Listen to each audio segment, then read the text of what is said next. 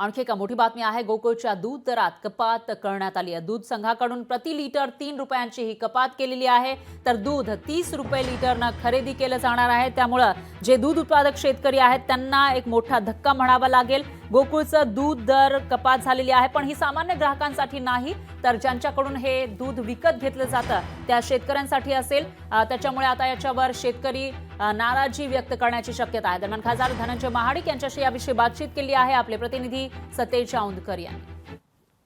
दक्षिणेत वारं फिरले, आता फक्त गोकुळ उरले, अशी एक टॅगलाईन कार्यकर्त्यांची चर्चा जी आहे ती सध्या सुरू आहे। अनेक सोशल मीडियात त्याचे पोस्टर्स असतील किंवा स्टेटस फिरत आहेत।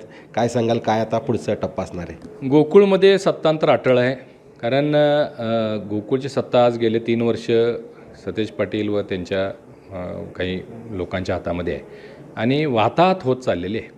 मोठ्या प्रमाणात दूध उत्पादकांचं आणि दूध संस्थांचं नुकसान व्हायला लागलेलं आहे। वासाचं दूध काढायचं, राजकीयदृष्ट्या लोकांना त्रास द्यायचा, आर्थिक नुकसान त्यांचं करायचं। आजच तुम्ही जर पेपरला वाचला असेल तर आज सकाळी, म्हणजे मतदान होऊन 3 दिवस झाले, तर आजच त्यांनी 3 रुपये प्रति लिटर दुधाचा दर कमी केला। हा गोकुळनं केलेला आहे, हा राज्य शासनानं केलेला नाही आहे, गोकुळनं हा दर केला आहे। मुळात हा व्यवसाय परवडत नाही आहे, शेतकरी मेटाकुटीला आलेला आहे।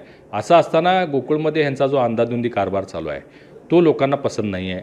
गोकुळमध्ये महाडिक साहेबांची सत्ता असताना 600 कोटी रुपयाच्या ठेवी होत्या, त्या आज 100 कोटीवर आलेले आहेत। या सगळ्या पैशाचा हिशोब त्यांना द्यावा लागेल आणि म्हणून भविष्यामध्ये जे महायुतीचे आम्ही सर्व नेते एकत्रित आलो आहोत, भविष्यामध्ये गोकुळमध्ये सुद्धा सत्तांतर करण्यासाठी आमचा प्रयत्न असणार आहे।